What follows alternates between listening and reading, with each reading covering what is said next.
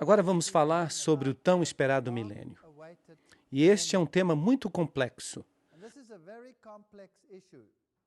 Na conferência anterior, na qual tratamos da vinda de Cristo, vimos que quando Cristo voltar, ele não toca a terra. Ele fica no ar. E os escolhidos são reunidos e se encontram com ele no ar. Há, com certeza, outros versículos na Bíblia em que Cristo desce e toca o Monte das Oliveiras, por exemplo. E teremos que tratar desses versículos também.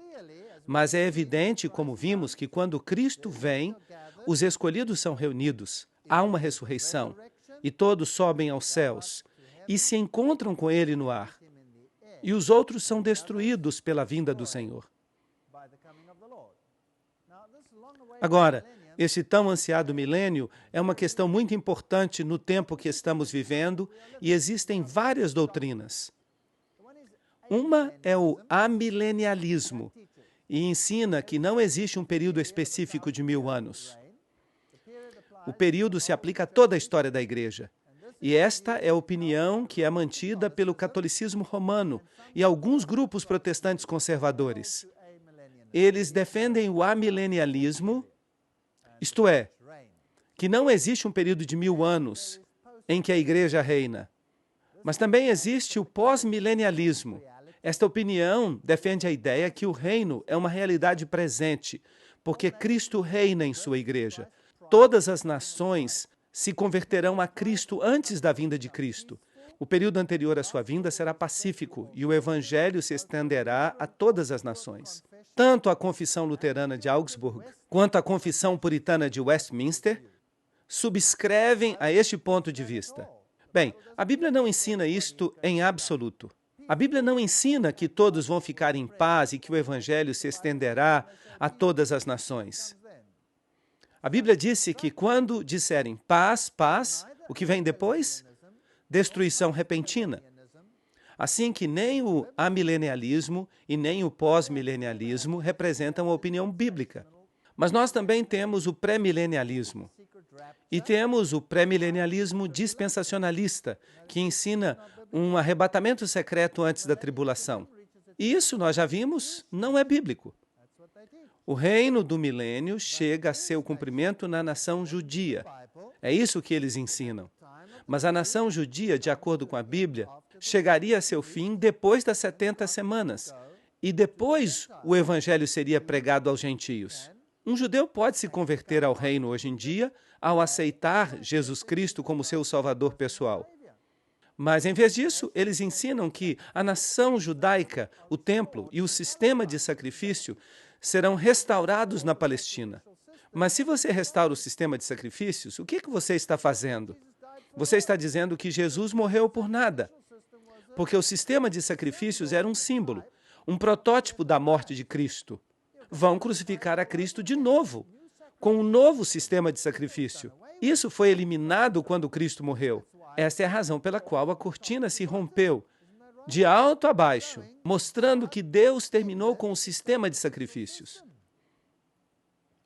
Todas as advertências dadas à igreja em relação ao tempo da tribulação antes da vinda de Cristo, agora são aplicáveis somente aos gentios, como, por exemplo, Mateus 24, Lucas 21 e todos os ensinos com relação ao reino.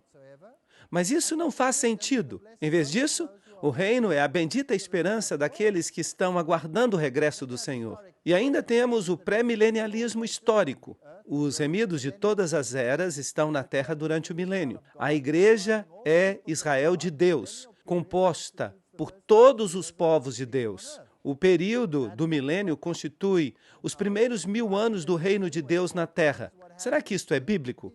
Não, porque a Bíblia diz claramente, quando o Senhor voltar, o que vai acontecer com as pessoas? Eles vão morrer. E quantas pessoas viu Jeremias? Não havia nenhum homem, ninguém. De maneira que esses são os principais ensinos no mundo. E nenhum deles é bíblico. Nenhum deles, nenhum. Mas como será o fim do mundo? Quando o primeiro milênio terminou, houve tanta euforia na passagem do século. Isaías 14, 13 a 14 diz, Tu que dizias em teu coração, subirei ao céu, junto às estrelas de Deus levantarei o meu trono, e serei semelhante ao Altíssimo. Satanás quis ser como Deus. E os versículos 12 a 14 dizem: Como caíste do céu, ó Lúcifer, filho da manhã, cortado foste da terra, tu que debilitavas as nações, tu que dizias em teu coração, subirei ao céu, junto às estrelas de Deus levantarei o meu trono, e no monte do testemunho me sentarei, no lado do norte, sobre as alturas das nuvens subirei, e serei semelhante ao Altíssimo. Ali, por 5 vezes, se menciona que ele quer ser como Deus, que ele quer se sentar no norte, onde fica o trono de Deus. E isso não é de estranhar, já que Satanás mesmo se disfarça de anjo de luz. Pratiquem o domínio próprio e fiquem alerta. Seu inimigo, o diabo, ronda como um leão rugindo, buscando a quem devorar. 1 Pedro 5:8. Portanto, alegrai-vos céus e vós que neles habitais. Ai dos moradores da terra e do mar, porque o diabo desceu a vós com grande ira, sabendo que pouco tempo lhe resta. Assim que, onde está o diabo? Aqui. E suas nações? Aqui embaixo. Ele está no controle aqui embaixo. Mas Deus tem a última palavra. Ainda assim, permite que ele faça a sua experiência com o pecado. E o dragão lhe deu o seu poder e o seu trono, e grande autoridade, Apocalipse 13:2. Assim que o dragão está utilizando um sistema, e nós identificamos este sistema como o catolicismo romano, para trabalhar por meio dele. O Papa tem poder para mudar os tempos, para cancelar as leis, para dispensar todas as coisas, inclusive os preceitos de Cristo. É ele que altera a lei de Deus, que tem sua própria marca de autoridade, que é o sábado. E a Igreja e o Estado trabalham juntos para impor sistemas papais, que de fato são os sistemas do dragão. Portanto, Jesus Cristo é substituído por um sistema nesta terra, e a Bíblia diz que o protestantismo criará uma imagem da besta e também, eventualmente, fará que a Igreja e o Estado façam exatamente a mesma coisa através de sua santa aliança. Assim que a todos, pequenos e grandes, ricos e pobres, livres e escravos, lhes será posta uma marca na mão direita ou na fronte, e ninguém poderá comprar nem vender, senão aquele que tiver a marca ou o nome da besta ou o número do seu nome. Nós já falamos sobre este assunto, e assim vai ocorrer. Ezequiel 20, 12 e 20. E observem os meus sábados como dias que me são consagrados, como sinal entre vocês e eu, para que reconheçam que eu sou o Senhor seu Deus. Ouçam-me, os que conhecem a justiça, povo em cujo coração está a minha lei. Não temam afronta de homem. Não desmaiem por seus ultrajes. Nada mudou. O que ocorreu antes, ocorrerá também no fim. Porque qualquer um que guardar toda a lei, mas tropeçar em um ponto, se torna culpado de todos. Ou estamos completamente com Deus, ou não estamos com Ele. Porque aquele que disse, não cometerás adultério, também disse, não matarás. Agora, se não cometes adultério, mas matas, tu te fazes transgressor da lei. Assim falai e assim procedei, como aqueles que hão de ser julgados pela lei da liberdade. Assim que a suma de tudo o que ouvistes é, temei a Deus e guardai os seus mandamentos, porque este é o dever de todo homem. Porque Deus trará toda obra a juízo, juntamente com toda coisa encoberta, seja boa ou má. Só um pequeno resumo para que fiquemos atualizados. Porquanto estabeleceu um dia no qual julgará o mundo com justiça, pelo varão a quem designou. Esse é Jesus, comprovando isto para todos, dando fé a todos com o fato de que ressuscitou dos mortos. Não há nenhuma dúvida acerca de quem está falando aqui. E eu disse no meu coração, ao justo e ao ímpio julgará Deus, porque há um tempo para tudo o que se quer e para tudo o que se faz. Haverá um juízo para os justos e os ímpios. Agora, quando começa este juízo? O juízo começa com o povo de Deus, porque é o tempo em que começa o juízo pela casa de Deus. E se começa primeiro conosco, qual será o fim daqueles que não obedecem o Evangelho de Deus? 1 Pedro 4:17. E aquele que teve muita luz, terá que prestar contas. Terá que prestar contas. Quando somos julgados, Deus nos revela nosso caráter e nos disciplina para que possamos ser refinados. As pessoas têm essa ideia de que, quando se convertem ao cristianismo, não estão mais sob o juízo.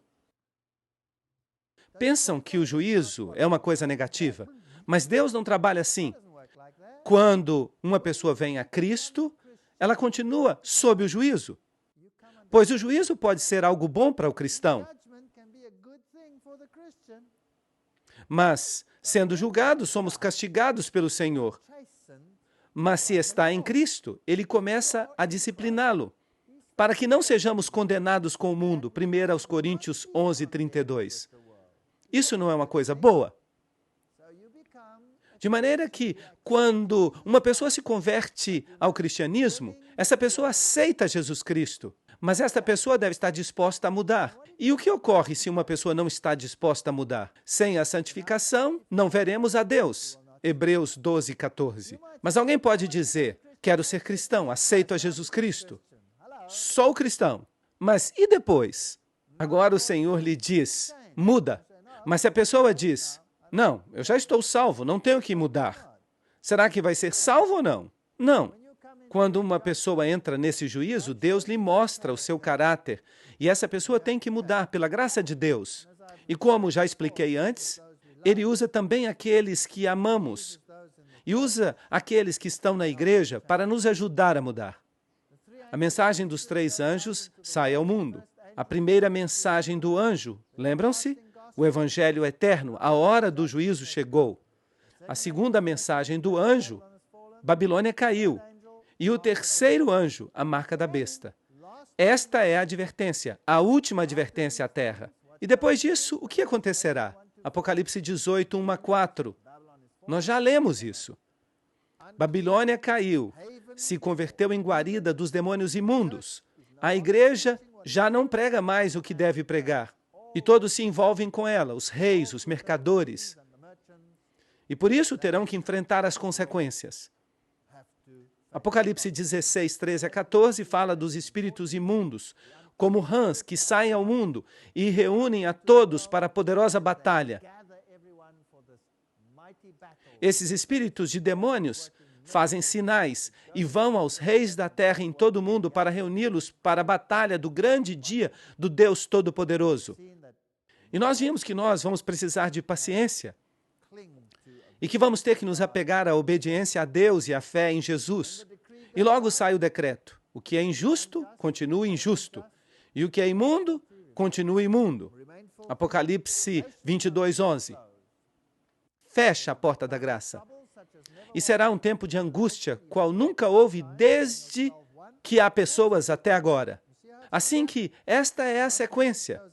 Percebem como tudo vai acontecer? A última mensagem sai, não aceitem a marca da besta que lhe será imposta, as pessoas vão ser obrigadas a observar o domingo papal e as leis papais, e quem não estiver de acordo com isso, se essa pessoa observa as leis bíblicas, será igual ao que o faraó fez. Um decreto. Não se pode descansar, não haverá sábado. E qual vai ser a resposta de Deus? As pragas. E haverá um tempo de angústia qual nunca houve antes. E vi outro sinal nos céus, grande e admirável. 7 anjos que tinham as 7ª últimas pragas. Assim que chega a retribuição, porque nela se consuma a ira de Deus. Apocalipse 15, 1. Agora, a primeira praga atinge a terra. A segunda atinge o mar. A terceira atinge as fontes e os rios. E a quarta, o sol. E a terra é queimada. O mar e as fontes viram sangue. E nós vimos os paralelos quando estudamos as trombetas do Apocalipse. Lembram-se disso? Mas, contudo, as trombetas atingiam somente 1/3. Mas esta agora é a retribuição final, uma série de pragas que atingirá a terra e que vai manter esses adversários de Deus muito ocupados e com um grande problema. A 5ª praga atinge o trono da besta. O próprio catolicismo vai vir abaixo com a condenação de uma praga. A 6ª praga atinge o Eufrates. O Eufrates era o rio que alimentava a Babilônia. Agora, se em profecia as águas são povos e nações e multidões, as multidões que alimentavam Babilônia secarão. Babilônia vai ser exposta. E logo vem um terremoto e Saraiva é derramada no ar. O sétimo anjo derramou a sua taça no ar. E saiu uma grande voz do templo, do céu, do trono, dizendo: está feito. Apocalipse 16, 17. Assim que depois das pragas, então vem a destruição final na última praga. Mas durante essas pragas, não te sobrevirá mal, nem praga tocará a tua morada. Salmo 91, 10. E diz Isaías, no capítulo 26, 20 a 21. Anda, povo meu, entra em teus aposentos, fecha as tuas portas, esconde-te por um pouco, por um momento, até que passe a indignação. Portanto, Deus fará possível que seu povo tenha um escape dessas coisas terríveis. Porque eis que o Senhor sai do seu lugar para castigar o morador da terra por sua maldade contra ele. E a terra revelará o sangue derramado sobre ela, e não encobrirá mais a seus mortos. Haverá uma ressurreição. Assim que antes da vinda do Senhor, o povo de Deus está protegido das pragas, escondido.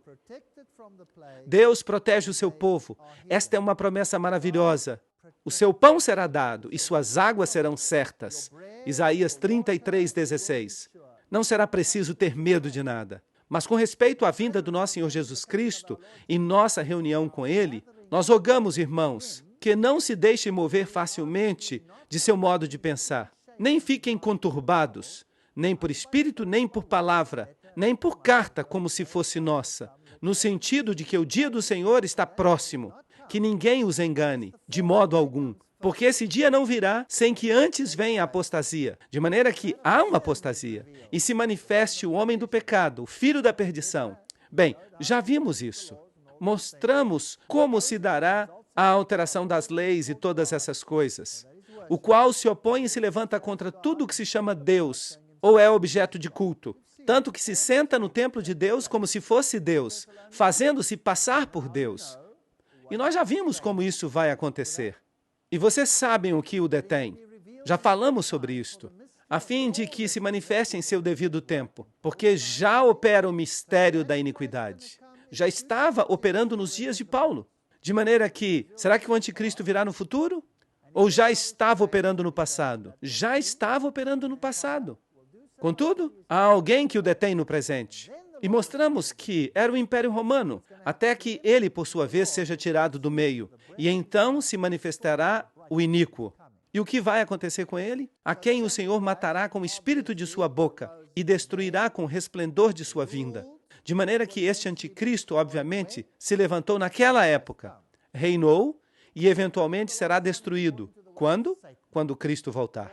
E esse iníquo, cuja vinda é por obra de Satanás, com grande poder e sinais e prodígios mentirosos, e com todo engano de iniquidade para os que se perdem, porquanto não receberam o amor da verdade para ser salvos. A eles, Deus deu uma oportunidade para encontrar a verdade? Sim ou não? Várias vezes, a reforma, a pregação nos últimos dias. Vocês se lembram que nós estudamos estes textos? O que o detém, a fim de que se manifeste no seu devido tempo. Que obstáculo existe senão o Estado romano? Nós já falamos em detalhes sobre isso numa conferência. Roma o detinha, e depois virá o anticristo. E o que isso faz com a doutrina do futurismo? Isso a destrói. E o que isso faz com a doutrina do preterismo, que alega que o anticristo saiu da Grécia? Isso a destrói. Por quê? Porque Paulo claramente diz que isto ainda havia de passar. Se Paulo tivesse sabido que Antíoco Epifânio era o anticristo, então ele teria dito, não se preocupem com isto, porque já passou. Mas ele nunca disse isto. Ele diz que o anticristo vai vir ainda. Assim que o preterismo não é uma opção, é uma mentira. E o futurismo tampouco é uma opção, porque o anticristo já havia se levantado então. E cresce e será destruído no final, quando Cristo voltar. Para que isto está claro para todos, nenhuma dessas interpretações proféticas é uma opção. E João Crisóstomo disse a mesma coisa, lembram-se?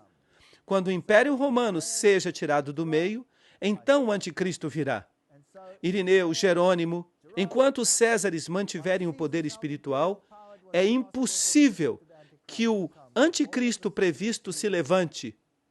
Quando os Césares caírem, então se levantará. E assim vemos que o mundo ensina não é bíblico. Digam àqueles que têm o coração temeroso, sejam fortes, não tenham medo. O seu Deus voltará com vingança, com retribuição divina virá para salvá-los. Isaías 35:4. Agora pensem nisto. Se Jerusalém vai ser reconstruída aqui na terra, e se supõe que os gentios vão restaurar tudo, por que então não se diz que o seu Deus virá com recompensa e restaurar a ti como a nação que governa?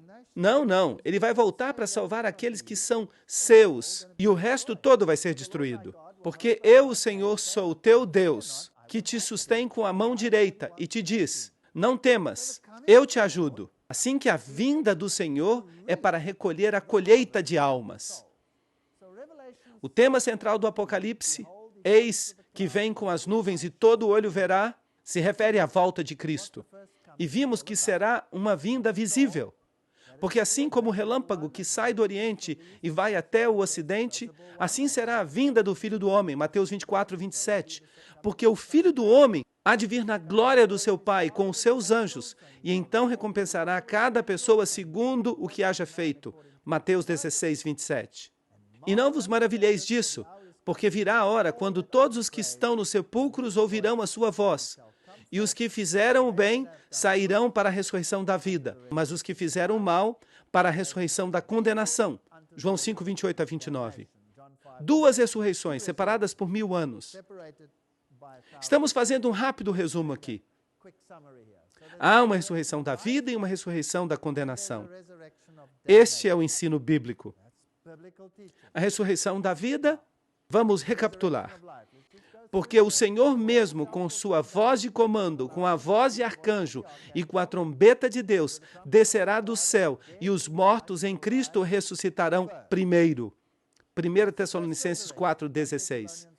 Esta é a primeira ressurreição. Aguardando a bendita esperança e a manifestação gloriosa de nosso grande Deus e Salvador Jesus Cristo. Tito 2:13.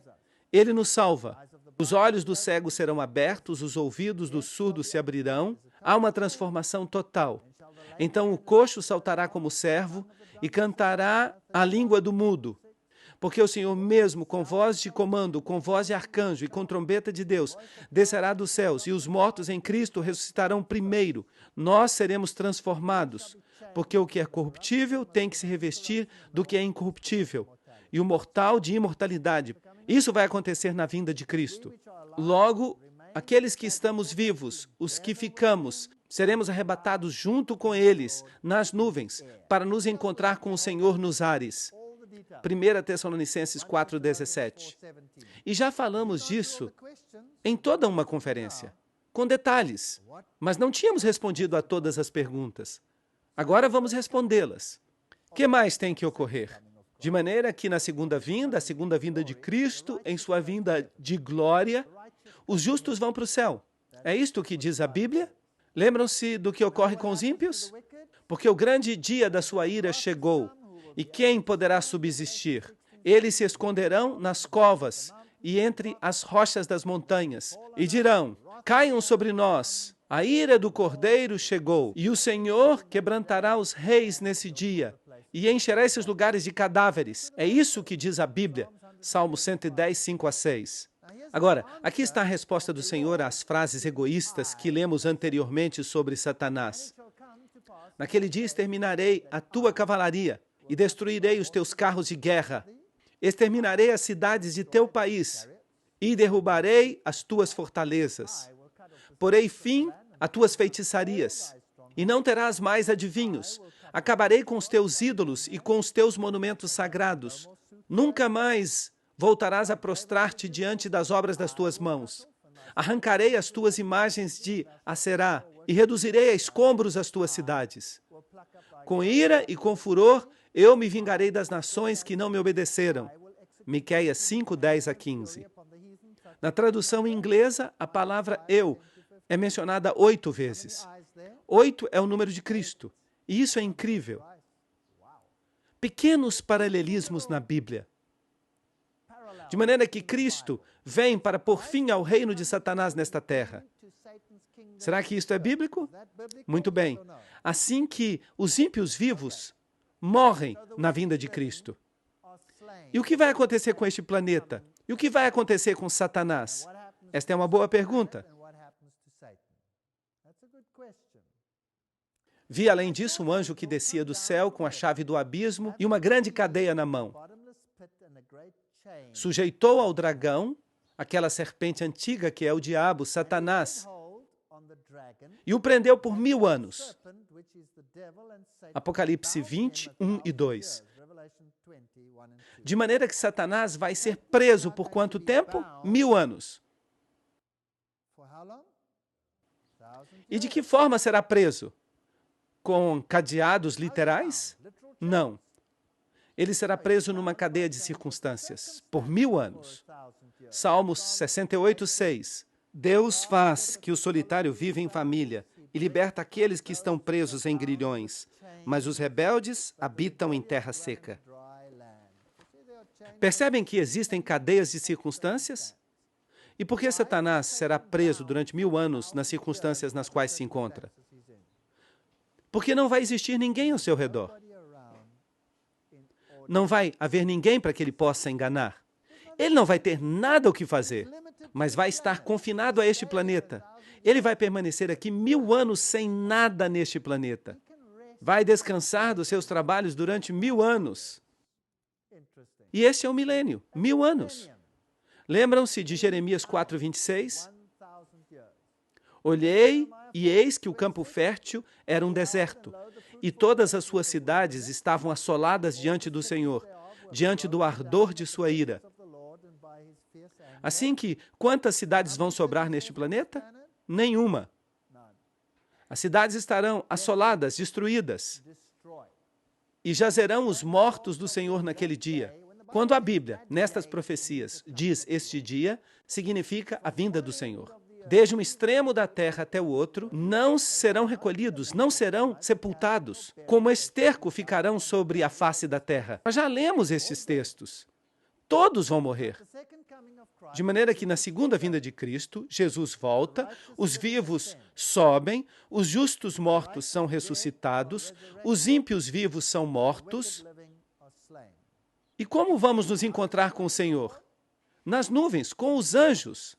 Onde nos encontramos com Ele? No ar. Isto é bíblico. Mas os outros mortos não voltarão a viver até que se cumpram os 1000 anos.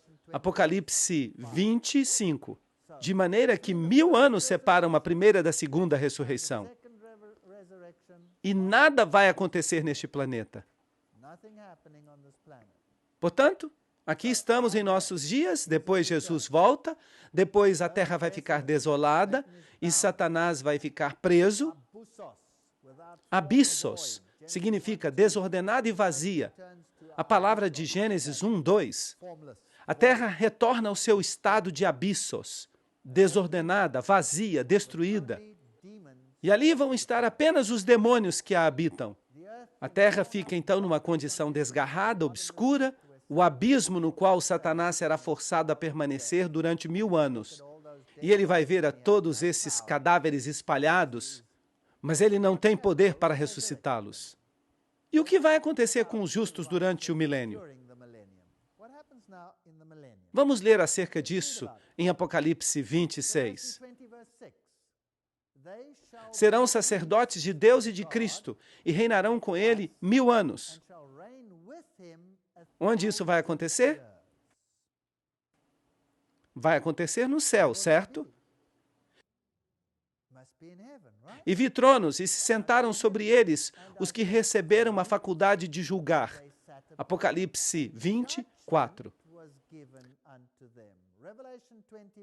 Bem, tem uma pergunta. Se Jesus vem nas nuvens do céu e separa os justos dos injustos, se todo o juízo foi dado a Jesus, então esse juízo, no momento da sua vinda, já vai ter ocorrido, certo? Então, em que juízo estão agora envolvidos os santos?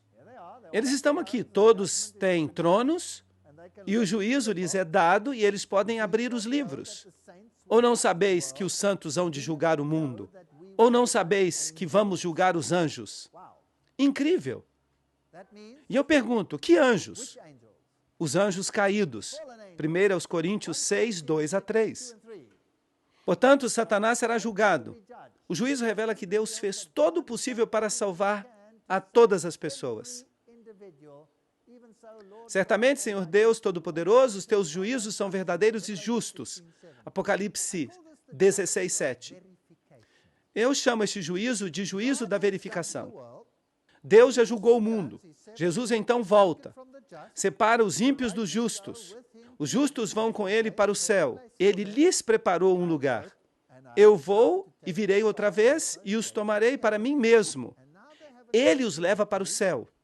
E agora eles têm uma oportunidade de ver se Deus foi justo. E podem revisar os livros e verificar o caso de todos os indivíduos que já viveram. E entender a catástrofe do pecado desde o seu princípio até o fim. E, por exemplo, se uma pessoa tem uma pergunta, onde está fulano de tal? Era uma pessoa tão boa?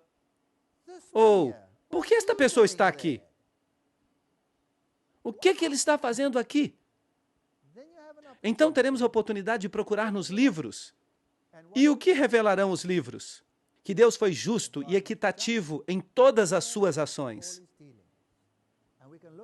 E poderemos ver todo o processo do pecado. Cada indivíduo. Incrível, imagine isso. 6.000 anos de história. Isso vai ser algo significativo, vai ser um longo processo. E enquanto estivermos aqui, poderemos crescer no conhecimento e na sabedoria e ser totalmente transformados no transcurso do período de 1.000 anos, naquilo que Deus havia previsto que fôssemos. Seremos instantaneamente mudados na sua vinda. Mas imaginem o que aprenderemos no céu. Quantas perguntas teremos? Um número incrível de perguntas. E Deus as responderá pessoalmente. E nós poderemos comprovar tudo isso. E vamos dizer, certamente, Senhor Deus Todo-Poderoso, teus juízos são verdadeiros e justos. Ele é justo, mas ainda assim é triste. E se você não encontrar ali uma pessoa que você realmente amava? De maneira que durante o milênio os justos estão no céu. A terra está desolada. Satanás está preso. E o juízo de verificação ocorre no céu. O juízo que Jesus executou agora é dado aos santos para que o verifiquem. Revisem. Vejam se o meu juízo foi justo. Isto é uma coisa muito amorosa. Eu gosto disso. Agora, lembram-se que a Bíblia fala de 4 vindas de Cristo? Como bebê, nós já falamos sobre ela. Até o ancião de dias, essa foi a vinda celestial. Depois, em glória, esta é a sua segunda vinda, quando vai acontecer a ressurreição dos justos. E logo, sua última vinda será para restaurar a terra e estabelecer o reino. Ainda não há um reino aqui na terra. Os remidos estão lá em cima, nos céus, e estão reinando. Mas os outros mortos não voltarão a viver até que se cumpram os 1.000 anos. Apocalipse 25. Quem é o único que é a ressurreição e vida? Cristo. Então, quem é que os vai ressuscitar? Cristo vai ressuscitá-los, obviamente. Isso significa que ele vai ter que voltar a esta terra para ressuscitá-los, certo? Bem, vamos dar uma olhada nisso. Quando os 1.000 anos se cumprirem, Satanás será solto de sua prisão e sairá a enganar as nações. Apocalipse 27 a 8. De onde vêm agora estas nações? O que acontece depois dos 1.000 anos? Diz que o resto dos mortos não reviveu até que se cumprissem os 1.000 anos. Isto significa que depois dos 1.000 anos deve haver o quê? Uma ressurreição. E de repente aqui estão esses bilhões de pessoas, de todo tipo de nações. E Satanás olha para elas e diz, incrível, os meus voltaram. Isso tem sentido? Tem sentido, bastante sentido. Assim que ele sai, os engana de novo. E como os engana? Provavelmente ele diz, fui eu que ressuscitei vocês. Eu ressuscitei. Assim que há uma ressurreição de condenação. Zacarias 14, 3 e 4. Depois sairá o Senhor e pelejará contra aquelas nações, como pelejou no dia da batalha. Então estamos diante de outra guerra, outra guerra. E se firmarão seus pés naquele dia sobre o Monte das Oliveiras, que está diante de Jerusalém para o oriente, e o Monte das Oliveiras se partirá ao meio, em direção ao oriente e ao ocidente, fazendo um vale muito grande, e a metade do monte se apartará para o norte, e a outra metade para o sul. Zacarias 14, 3 e 4. Que Jerusalém é esta? Será a velha Jerusalém aqui embaixo? Não foram por acaso destruídas todas as cidades? Sim. Então, de onde sai esta Jerusalém? Agora o Senhor não permanece no ar, para que os demais vão se encontrar com ele. O que ele faz? Ele desce. E quando ele que não tem pecado, toca esta terra contaminada, o que acontece? Bum! Uma poderosa planície se abre e se purifica. Para quê? Para que algo desça. E eu, João, vi a santa cidade, a nova Jerusalém, descer do céu, de Deus, disposta como uma esposa ataviada para seu marido. Apocalipse 21, 2. Será que estamos falando aqui da velha Jerusalém? Ou da nova Jerusalém? De onde ela vem? Esta é a maior nave espacial que já veio à Terra. Toda uma cidade enorme. Não é possível sequer imaginá-la. Incrível. Uma cidade enorme. E Deus vem e desce até a terra. E o Monte das Oliveiras se fende ao meio, formando um vale. E logo a cidade desce. E quem está na cidade? O povo de Deus, o povo de Deus. Onde eles haviam estado nos últimos 1000 anos? No céu. Agora, de novo, temos dois grupos na terra. A nova Jerusalém desce até a terra. A minha esperança não está numa velha Jerusalém aqui na terra. A minha esperança está numa nova Jerusalém que desce dos céus, que Deus mesmo construiu. Vou, pois, preparar-vos lugar. Virei outra vez e os tomarei para mim mesmo, para que onde eu estou estejais vós também. João 14, 2 e 3. Não é isso que está escrito? De maneira que quem construiu a nova Jerusalém? Deus construiu a nova Jerusalém. Jesus a construiu. E na nova Jerusalém todo mundo tem um lugar. Todo mundo tem um lar naquela cidade. Vocês percebem isso? Com ruas de ouro. Uma casa na cidade com ruas de ouro. Enfeitada como uma esposa ataviada para seu marido. Isto é algo incrível. Toda uma cidade descendo com ruas de ouro. Então, enquanto Satanás estava preso, desce a cidade santa. E o que acontece depois disso? Acontece uma ressurreição, Apocalipse 27. Quando os 1000 anos se cumprirem, Satanás será solto da sua prisão. Agora, há outra coisa que precisamos lembrar. A última parte do Apocalipse é um quiasma. Os acontecimentos estão escritos em sentido inverso, para que fique no centro o grande clímax do livro do Apocalipse. Portanto, os acontecimentos são descritos ao inverso. Por isso, devemos ler um depois do outro.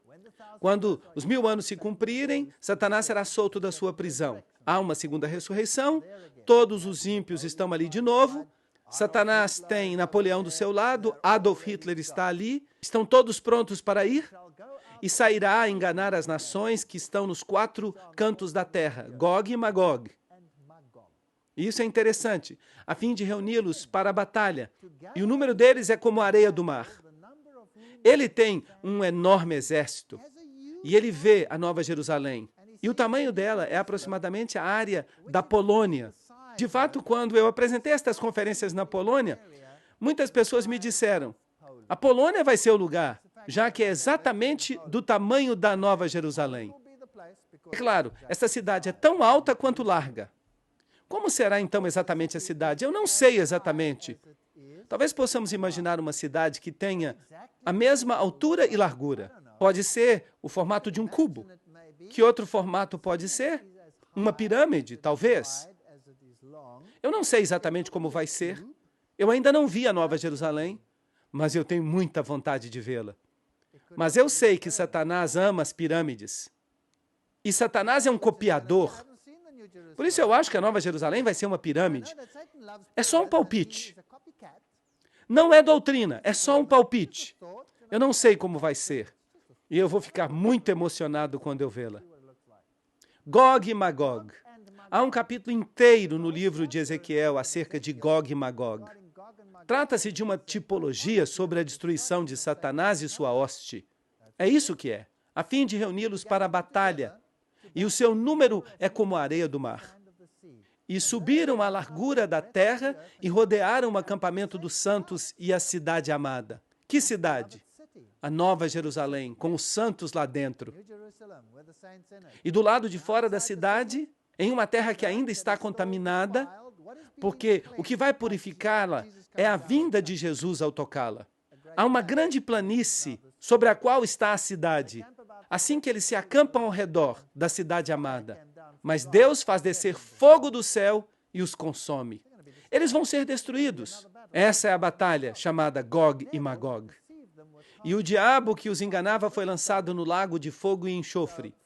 De maneira que, finalmente, qual é a parte que faltava de Babilônia para obter a sua recompensa? O dragão, a hoste demoníaca. Eles são lançados onde estava a besta e o falso profeta. Mas a palavra estavam se encontra em itálicos na Bíblia em inglês. Isso significa que ela não está no original. Muito interessante. Onde estavam a besta e o falso profeta. Isso nos diz que foram lançados antes. Eles foram destruídos. Mas agora eles estão todos ali, porque fizeram parte da segunda ressurreição. Mas vão ser todos destruídos e serão atormentados de dia e de noite pelos séculos dos séculos. Mas será que vamos ter um inferno que queima pelos séculos dos séculos? Vamos ter que estudar esse assunto. Jesus volta e há uma colheita. Apocalipse 20, 11. E vi um grande trono branco, e o que estava sentado nele, diante do qual fugiram a terra e o céu, e nenhum lugar se encontrou para eles. De maneira que quando este trono se levanta, coisas grandiosas sucedem. E eu vi os mortos. Agora, lembrem-se, nós estamos lendo os acontecimentos ao inverso, devido à estrutura do quiasma. Assim que, de fato, quando lemos a história do Apocalipse, há uma guerra. A santa cidade é rodeada e logo há uma ressurreição. Vocês se lembram que eu disse que vocês deviam ler ao inverso? A estrutura do quiasma, em realidade, nos diz que temos que ler assim. Uma ressurreição, as pessoas rodeiam uma cidade, depois há um juízo e uma destruição.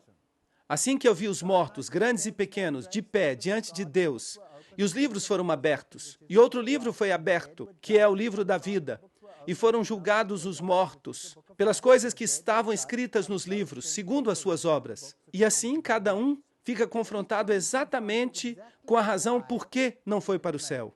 E o mar entregou os mortos que havia nele, e a morte e o Hades. Aqui a palavra Hades se lê como inferno, em outras versões. Mas, em realidade, Hades significa a tumba, como vimos na conferência sobre a morte. E a morte e o Hades entregaram os mortos que estavam neles, e foram julgados, cada um segundo as suas obras. E a morte e o inferno foram lançados no lago de fogo. Ah, temos uma pista. O lago de fogo é a segunda morte. E o que sucedeu na primeira morte? Morreram. O que acontecerá na segunda morte? Vão morrer. E o que não se achou inscrito no livro da vida foi lançado no lago de fogo. Vamos dar uma olhada neste juízo, Isaías 45, 22 a 24. Olhai para mim e sede salvos, todos os termos da terra, porque eu sou Deus, e não há outro. Eu mesmo fiz o juramento. Da minha boca saiu a palavra com justiça, e não será revogada, que diante de mim se dobrará todo joelho, e jurará toda língua. Assim que estas pessoas que se opõem a Deus, o que elas terão de fazer? Terão de confessar que Ele é o Rei e que elas estavam equivocadas. Todo mundo terá que fazer isso. E jurará toda língua, e se dirá de mim, certamente no Senhor estão a justiça e a força. A Ele virão, e todos aqueles que contra Ele se enaltecem serão envergonhados. Este dia vai vir. E Romanos 14, 11 diz, porque está escrito, vivo eu, diz o Senhor, que diante de mim se dobrará todo o joelho e toda língua confessará a Deus. Que mal é preservado no dia da destruição, guardado será no dia da ira. Jó 21:30. Todos eles vão ser destruídos. De maneira que esta batalha de Gog e Magog, quando acontecerá? Vamos falar sobre isso na próxima parte.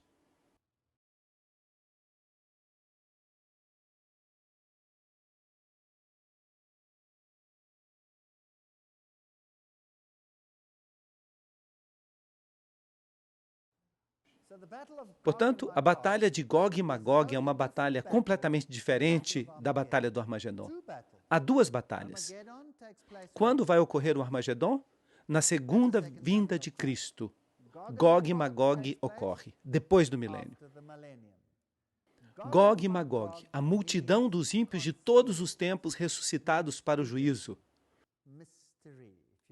E subiram sobre a largura da terra e rodearam o acampamento dos santos e a cidade amada.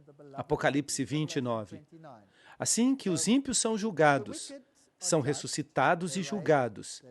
E Satanás vê a hoste que tem em torno de si, e com isso ele se anima e diz: vamos conquistar a cidade celestial, vamos. E o que sucede então? E de Deus desceu fogo do céu e os consumiu. Apocalipse 29. São destruídos pelo fogo. E quanto tempo dura o fogo? O fogo que baixa do céu, Salmo 37, 20. E os inimigos do Senhor serão consumidos. Serão dissipados como fumo. E fogo os consumirá. Salmo 21, 9. Há uma perfeita harmonia na Bíblia. Você pode verificar isso. Esta é a segunda morte, Apocalipse 20, 14. Mas por que Deus faz isto? Bem, em primeiro lugar, terão que dar conta do que fizeram com suas vidas. Em segundo lugar, terão que reconhecer que Deus amou aos que estão na cidade. Porque com frequência eles os haviam perseguido. Eles os queimaram, eles os apedrejaram, eles fizeram inquisições, eles os massacraram implacavelmente. Então eles terão que reconhecer que Deus os amou. E há uma coisa a mais. O que se passou com a pessoa que alguém pensava que deveria ter sido salva? O juízo revela que esta pessoa não deveria ter sido salva. Mas talvez alguém diga, se apenas eles pudessem ter visto, quem sabe não teriam sido tão contrários a Deus. Mas quando são ressuscitados, todos verão a mesma animosidade e ódio, tanto neste rosto quanto em todos os outros. E as pessoas se darão conta de uma vez por todas. Incrível! Deus sabe o que está fazendo. E irão eles para o castigo eterno e os justos para a vida eterna. Mateus 25, 46. Agora nós temos que falar da doutrina do castigo eterno. Será que Deus vai queimar essas pessoas para sempre? Então, como podemos explicar a palavra consumidos? O que significa na mentalidade hebraica o castigo eterno? Vejamos Apocalipse 14, 11. E a fumaça de seu tormento sobe pelos séculos dos séculos, e não tem repouso, nem de dia nem de noite, aqueles que adoram a besta e a sua imagem, nem ninguém que receba a marca do seu nome. O que significa isto?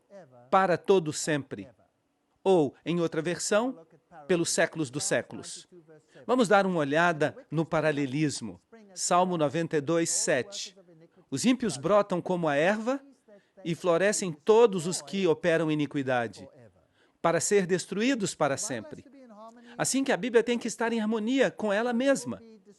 Assim que serão destruídos para sempre. Porque será um dia de vingança para o Senhor, um ano de retribuições pela causa de Sião. Haverá uma retribuição. Os ribeiros de Edom se transformarão em piche, e o seu pó em enxofre, e sua terra se tornará em piche ardente. Nem de noite nem de dia se apagará. Para sempre a sua fumaça subirá. De geração em geração será assolada. de século em século, ninguém passará por ela. Isaías 34, 8 a 10. Será que há aqui uma contradição? Bem, vamos a Judas 7. Como Sodoma e Gomorra e as cidades vizinhas, as quais, da mesma maneira que aquelas, fornicaram e seguiram os vícios contra a natureza, foram postas, por exemplo, sofrendo o castigo do fogo eterno. Mas eu pergunto, por acaso estão Sodoma e Gomorra ainda se queimando? Não. Então, o que aconteceu foi que o fogo ardeu até que Sodoma e Gomorra fizessem o quê? Desaparecessem. E as consequências duram por quanto tempo? Duram eternamente. Vamos a 2 Pedro 2,6. E sim condenou para a destruição as cidades de Sodoma e Gomorra, reduzindo-as a cinzas, e pondo-as, por exemplo, daqueles que haviam de viver impiamente. De maneira que temos aqui um protótipo. Quando estas cidades foram queimadas, as consequências foram eternas. Bem, talvez isso não seja suficiente para a maioria das pessoas. Então falemos deste fogo inextinguível. Jeremias pode nos dar uma pista. Jeremias 17, 27. Mas se não me ouvirdes para santificar o dia de sábado, e para não trazer carga, nem colocá-la nas portas de Jerusalém no dia de sábado, eu acenderei um fogo em suas portas, e consumirei os palácios de Jerusalém, e não se apagará. Aqui temos um fogo inextinguível. Esse fogo será aceso e não se apagará. Aqui temos uma tipologia de um fogo inextinguível. Vamos a Jeremias 52, 12 e 13. E no mês quinto, aos 10 dias do mês, que era o ano 19 do reinado de Nabucodonosor, rei de Babilônia, veio a Jerusalém Nabuzaradã, capitão da guarda, que ficava diante do rei de Babilônia, e queimou a casa do Senhor. Vejam que o templo foi queimado, e a casa do rei, e todas as casas de Jerusalém, e as destruiu com fogo, todo edifício grande. E assim que este fogo inextinguível foi posto em ação.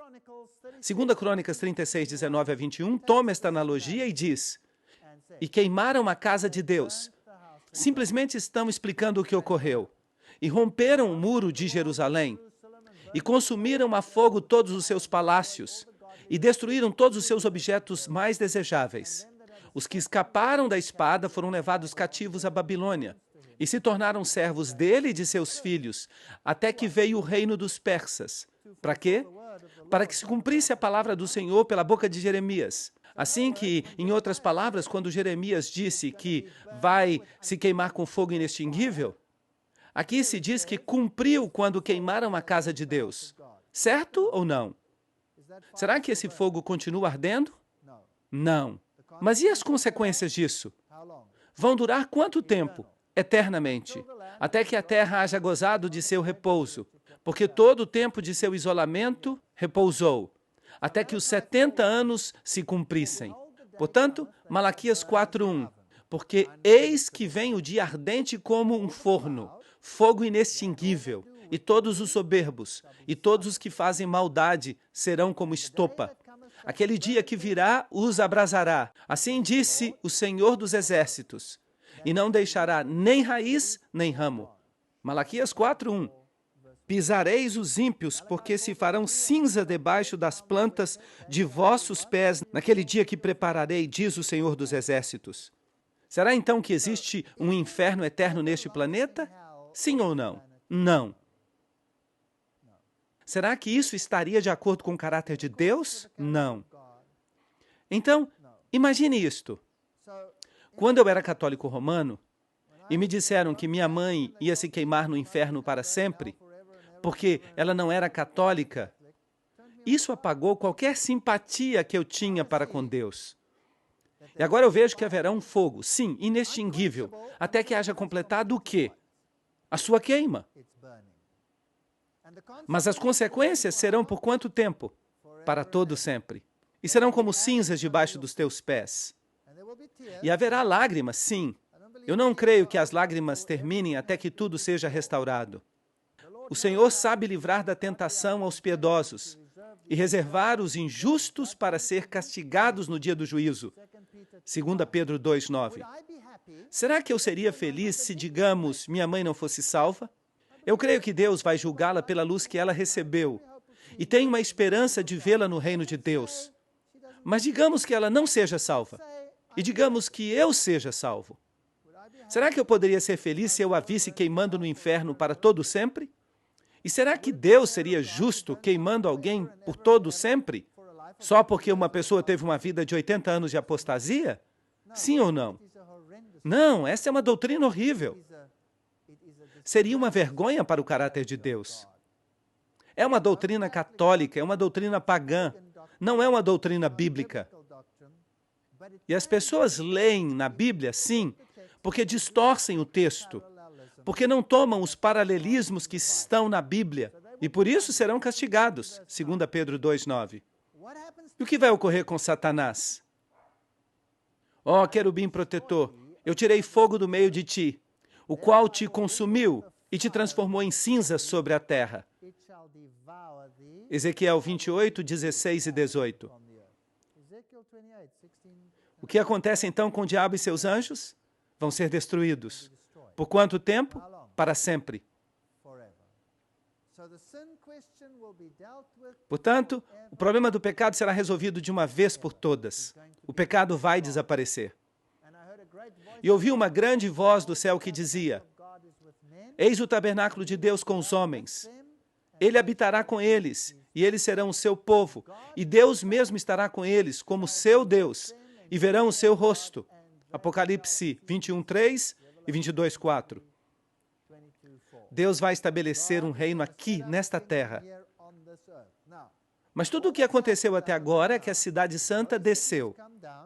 Houve uma ressurreição, houve um juízo, e todos os ímpios de todas as idades, e todos os demônios, e o próprio Satanás, todos são mortos.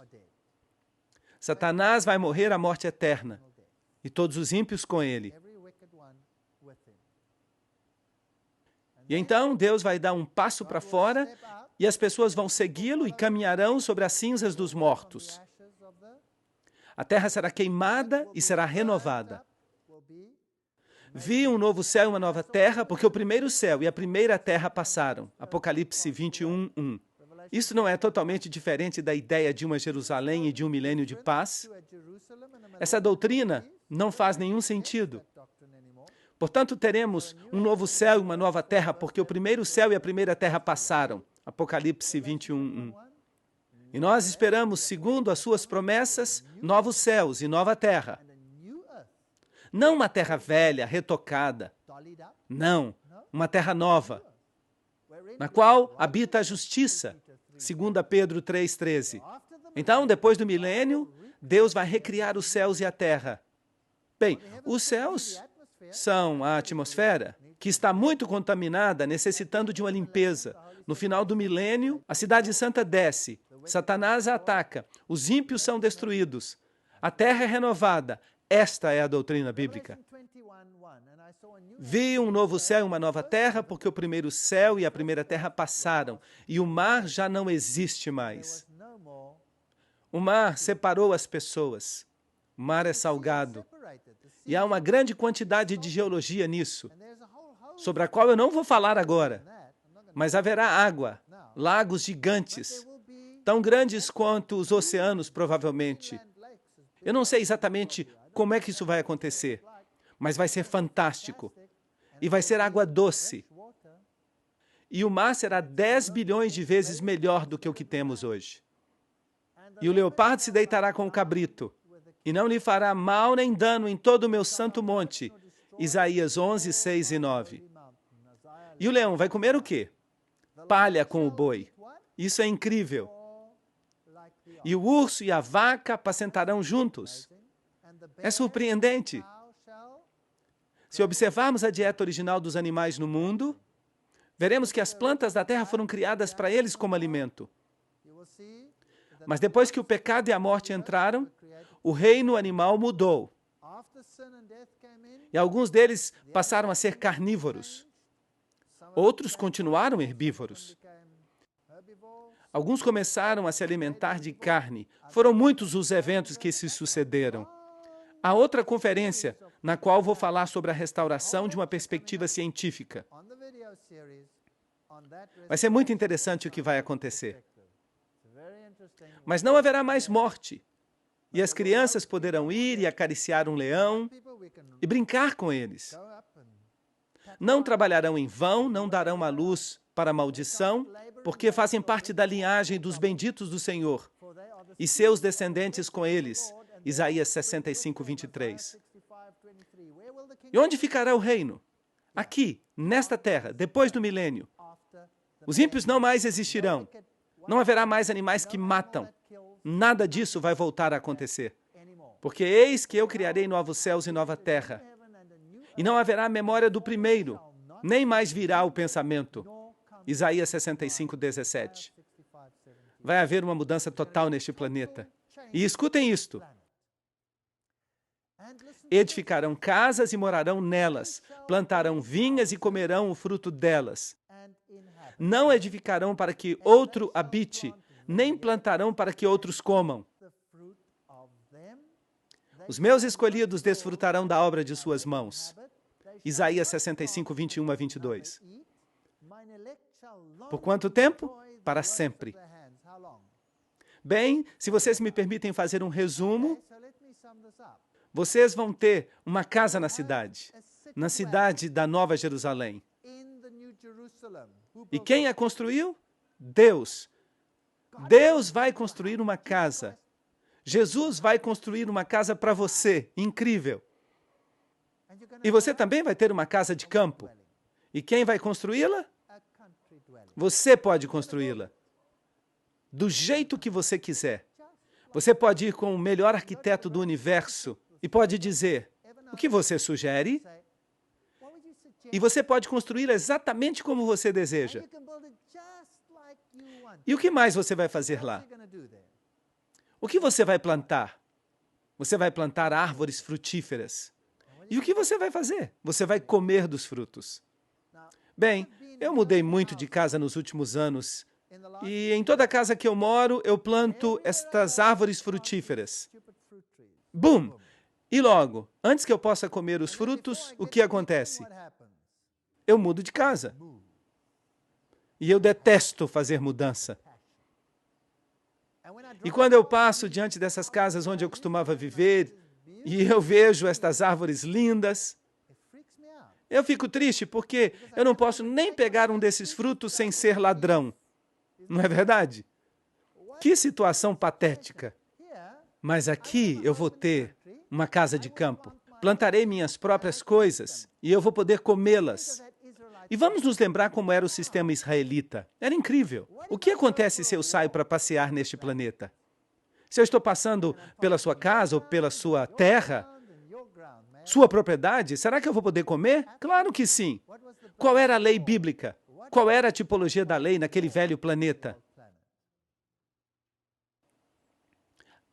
Quando passava pela terra de outra pessoa, podia comer o que quisesse.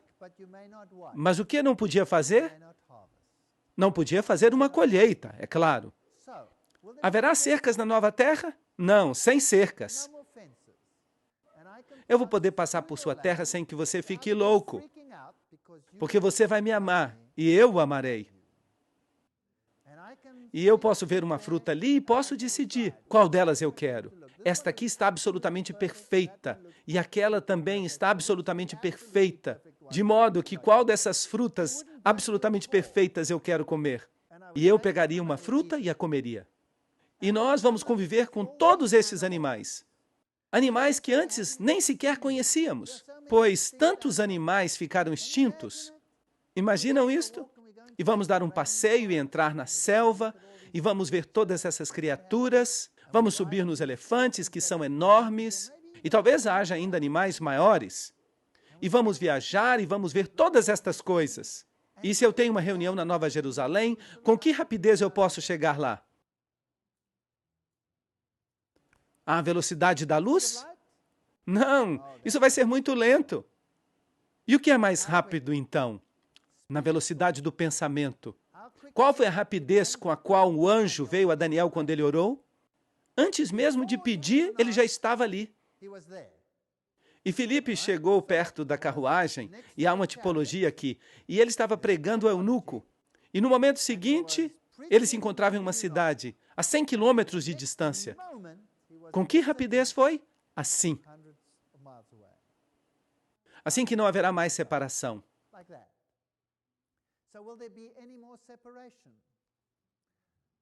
E você vai falar com a sua família, eu vou até Andrômeda hoje,